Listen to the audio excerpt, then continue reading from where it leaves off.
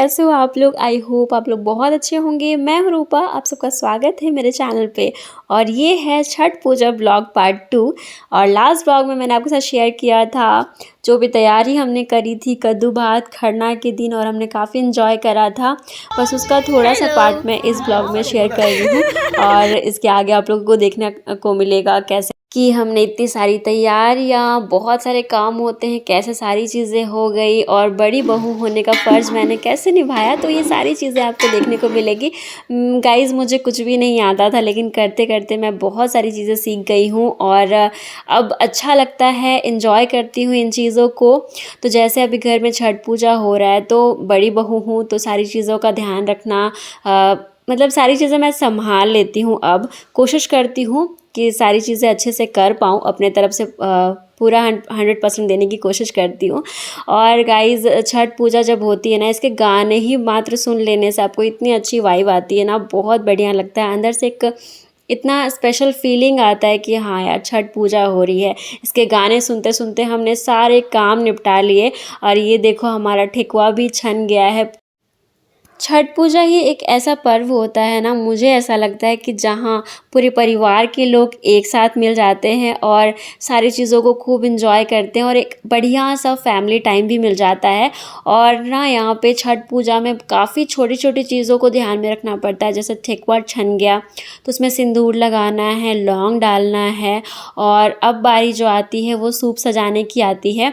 तो सूप को सारे मैंने धो लिया था, उसमें सारे घी सिंदूर लगाना है 5-5 बार, और बहुत ही अच्छा लगता है। बहुत मन से मैंने ये सारे काम किए। उसके बाद ये फलों के साथ पूरे सूप को भरना पड़ता है, सजाना पड़ता है। जब सूप सज जाते हैं ना फलों के साथ, तभी हमारा 90% काम ख़त्म होता है। तब उसके बाद बच जाता है दिया जलाना और इनको इस तरीके से बांधना। और सारे काम निपटाने के बाद हम रेडी हो गए हैं बढ़िया तरीके से। और ये मैंने साड़ी पहनी जो मैंने तीज में पहना था, काफ़ी प्यारी सी साड़ी है, मुझे बहुत पसंद है, और मेरे हस्बैंड ही लाए थे ये साड़ी मेरे लिए। और उसके बाद हम रेडी होकर के निकल गए हैं घाट के लिए।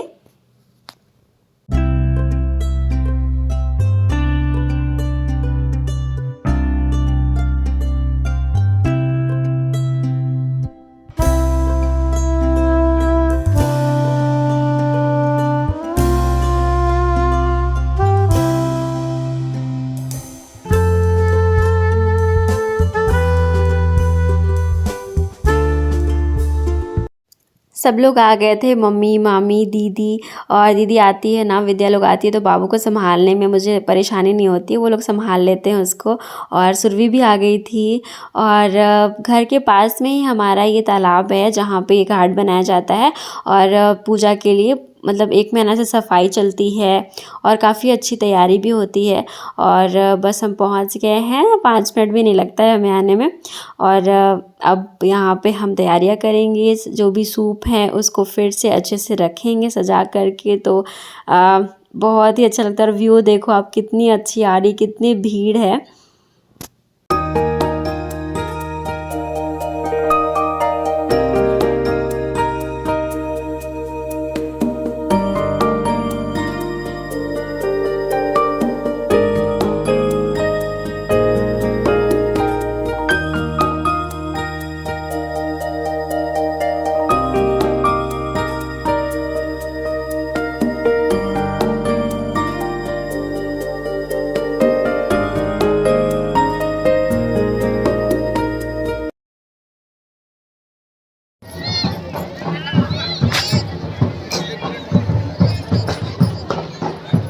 शाम के अर्घ के साथ हमारा ये दिन काफ़ी अच्छे से बीत गया था, और बहुत इन्जॉय किया सबने। और लास्ट में फ़ोटो शूट भी कराया हमने। फ़ोटो तो भाई मैंडेटरी है, और साल में एक बार आता है, फ़ोटो कैसे नहीं क्लिक कराएंगे, है ना। और यहाँ पे शैली भी आ गई थी, सुरभि मामी सब लोग हैं।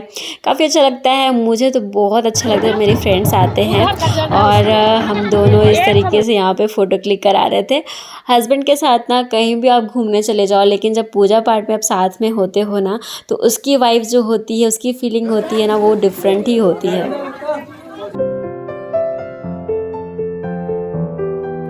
सो घर आ गए थे हम और घर आने के बाद सबके पैर धुलते हैं। और आज संडे है तो पूजा के बाद संडे के दिन सत्यनारायण कथा ज़रूर सुननी चाहिए। तो हम हमेशा पहले अर्घ के शाम में ही घाट से आने के बाद सत्यनारायण कथा सुन लेते हैं और यहाँ पे वही पूजा चल रही थी।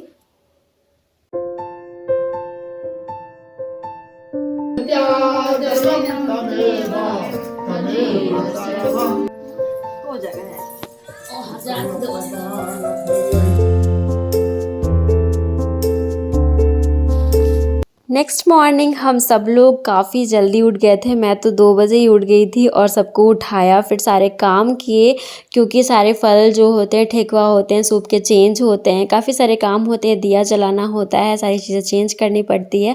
और ये हम सुबह के मॉर्निंग घाट जाने के लिए रेडी हैं। हमारा सूप भी बन चुका है तो सारी चीज़ें रेडी हो गई है। तो अब फटाफट से हम घाट के लिए निकलेंगे। बहंगी लचकाते जा पाटे जे रोकलन बटोहिया बहंगी के करा के जाए बहंगी के करा के जाए। और ये हम पहुंच गए घाट और मॉर्निंग व्यू देखो, अंधेरा ही है, काफ़ी लोग पहुंचे भी नहीं हैं, हम अभी पहले पहुंच गए थे। और ये सूप हमारे यहाँ पे सज गए हैं, कितने प्यारे लगते हैं ना। इतने सुबह ठंडे ठंडे पानी में जाना, भूख प्यास सब त्याग देना, तो मतलब सूर्य देव छठी मैया क्या रात में ऐसे खो जाना ना कि कुछ भी एहसास नहीं होता है। तो ऐसा शक्तिशाली होता है ये छठ का पर्व, इसीलिए इसको महापर्व कहा जाता है।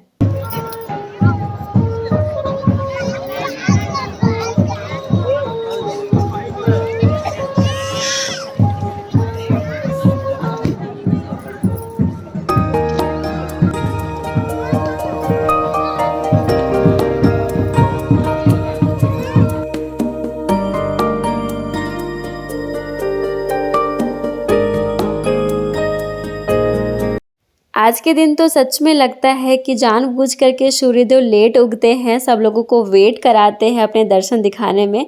सो फाइनली यहाँ पे सूर्यदेव उग गए थे और सब लोगों ने पूजा किया, आराधना किया, अर्घ दिया हमने। फिर बाद में हमने हवन भी किया और सूर्यदेव को जल भी चढ़ाया।